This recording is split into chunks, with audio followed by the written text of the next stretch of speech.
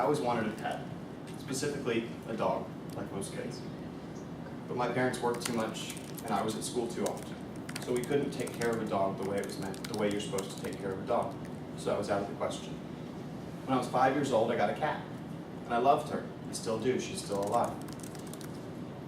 But a cat's not really an interesting pet because they're not smart like a dog, or at least not obviously smart like a dog, and they're not different like a snake.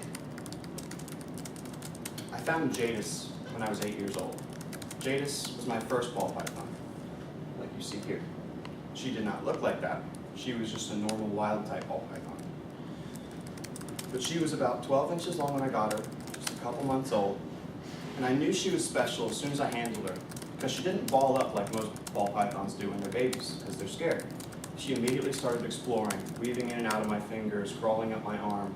She was totally comfortable with me from the get-go. I told my dad that day we have to get this snake. Later that day we took her home. As she got older, she only became more docile, and her and I formed a very special bond that I'll never forget.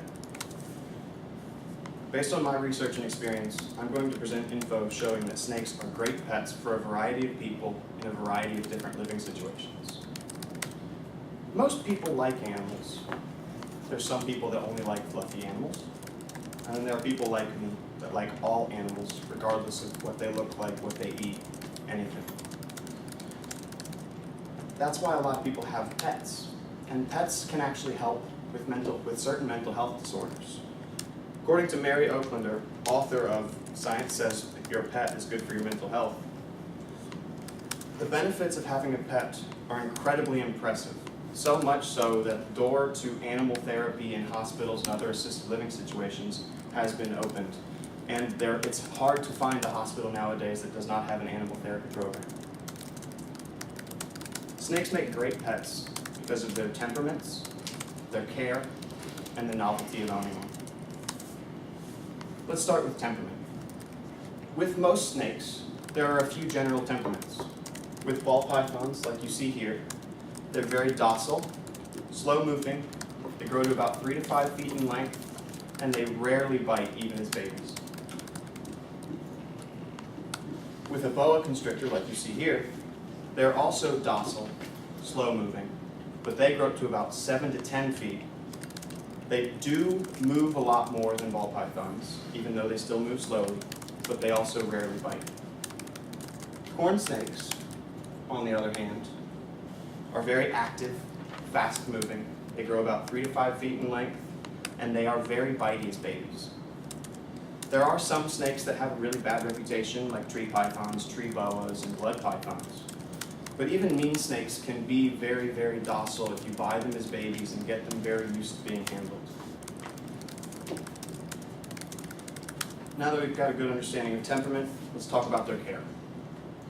Most snakes have a pretty general care regimen. All snakes, 90% of snakes can be generalized into these ranges. They need 75 to 90 degrees, and they need 50 to 80% humidity. There are some oddballs that need 65 degrees or 105 degrees or 40% humidity or 100% humidity, but they are the rarities. All snakes need water, 2 hides, and an enclosure that's about two times the length, that has a perimeter that's about 2 times the length of their body.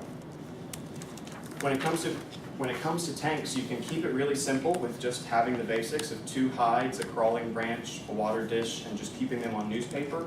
Or you can go all out into a bioactive vivarium where you have soil, live plants, and you actually have bugs in the soil to decompose their waste and to create a little climate inside the tank. Now that we've talked about their care, let's talk about their novelty. It's really, really cool to own snakes. It's a great talking point for anybody when you have a new person over your house, because most people don't have an animal that's been around or has family members that have been around since the dinosaurs. Their eating is like nothing else. It really does look like a garden hose swallowing a mouse. I'm not joking. And the bonding that you get with snakes is something that you can't describe through other animals, because even compared to lizards have a much more expressive face. Snakes have 0 expression at all, so you have to learn 100% about their body language.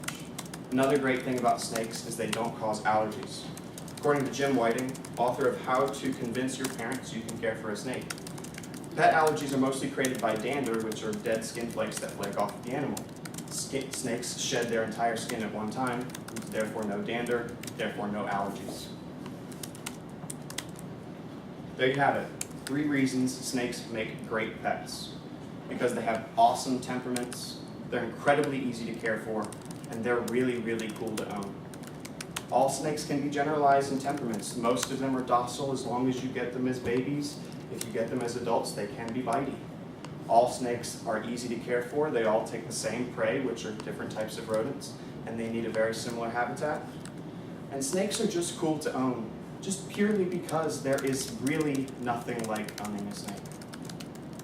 Now, I'm going to leave you all with a joke. 2 snakes are at dinner. One snake says, "Hey man, are we venomous?" Second snake says, "I'm not really sure. Why do you ask?" Snake responds, "Because I just bit my lip." Thank you.